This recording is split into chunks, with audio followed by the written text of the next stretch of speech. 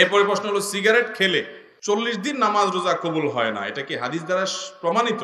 ধূমপানকারীর মুখ থেকে যে দুর্গন্ধ হয়, ধূমপানকারী নিজে যারা আছেন, আমি মাঝে মধ্যে বলি ভাই নর্দমার কাছে ড্রেনের কাছে গিয়ে একটু ড্রেনের গন্ধটা শুকে এরপর নিজের মুখের গন্ধটা শুকে দেখেন যে ওইটার চাইতে আপনার মুখের গন্ধ মারাত্মক।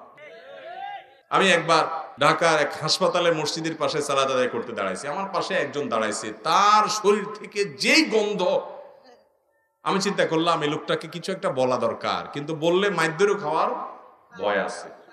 তো আমি তাড়াতাড়ি পকেট থেকে কাগজ কলম নিয়ে বের করে সুন্দর করে লিখলাম, ভাই যেই গন্ধ ভাই আজকে আমি শুকতে হলো, আমার সালাত নষ্ট হওয়ার উপক্রম। কি সালাত আদায় করছি, মনোযোগ পুরাটা আপনার দুর্গন্ধে আমার দখল করে নিয়ে গেছে। তো আল্লাহর রাস্তে আল্লাহকে ভয় করেন, এটা আর করেন না। এটা লিখে কাগজটা আমি সাইডে রেখে, সে সালাতের মধ্যে আছে এই অবস্থা, আমি তার সামনে রেখে আইজো দৌড় কাইলো দৌড়, যে আমার দরকার হলো তার নাসিহা করা, মাইদ্যর খাওয়ার তো দরকার নেই।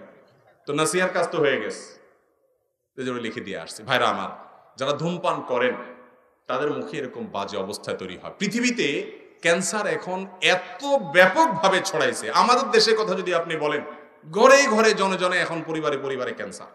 এবং ক্যান্সারের অন্যতম বড় কারণ হলো এই ধূমপান এবং জর্দা। পানের সাথে চাবায়া চাবায়া রকমারি জর্দা খায় না অনেক মুরব্বীরা?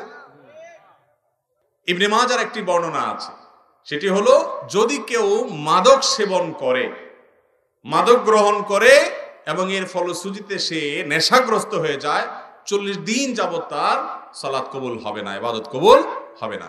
তো ধূমপানটা তো, এটা তো এর ফলে এক নম্বর কথা হলো মানুষ আসক্ত হয় না, মাতলামি করে না, মাতলামি আসে না।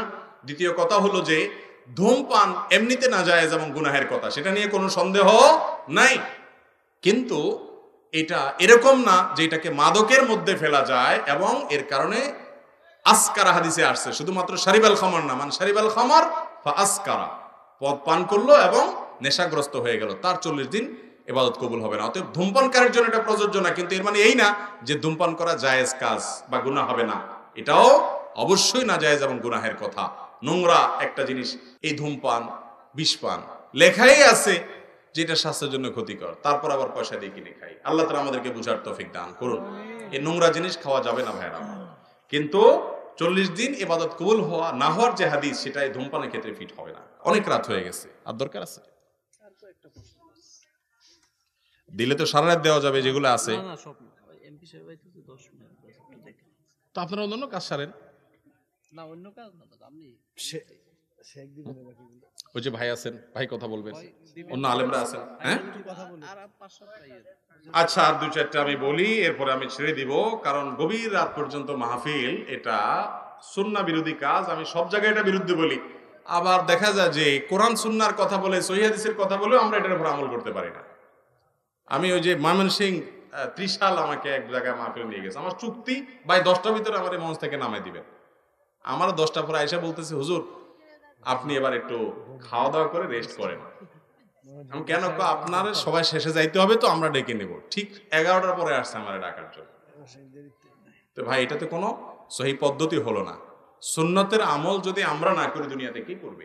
আল্লাহ তাআলা আমাদেরকে আমলের তৌফিক দান করুক। ভাই যাই হোক, যেহেতু কয়েকটা প্রশ্ন উত্তর দেওয়ার জন্য কর্তৃপক্ষ অনুরোধ করেছেন, আমরা কয়েকটা প্রশ্ন উত্তর দিচ্ছি, এরপর ইনশাআল্লাহ অন্যান্য ওলামা একরাম কথা বলবেন। এমপি সাহেব নাকি আসছেন, উনি কথা বলবেন ইনশাআল্লাহ।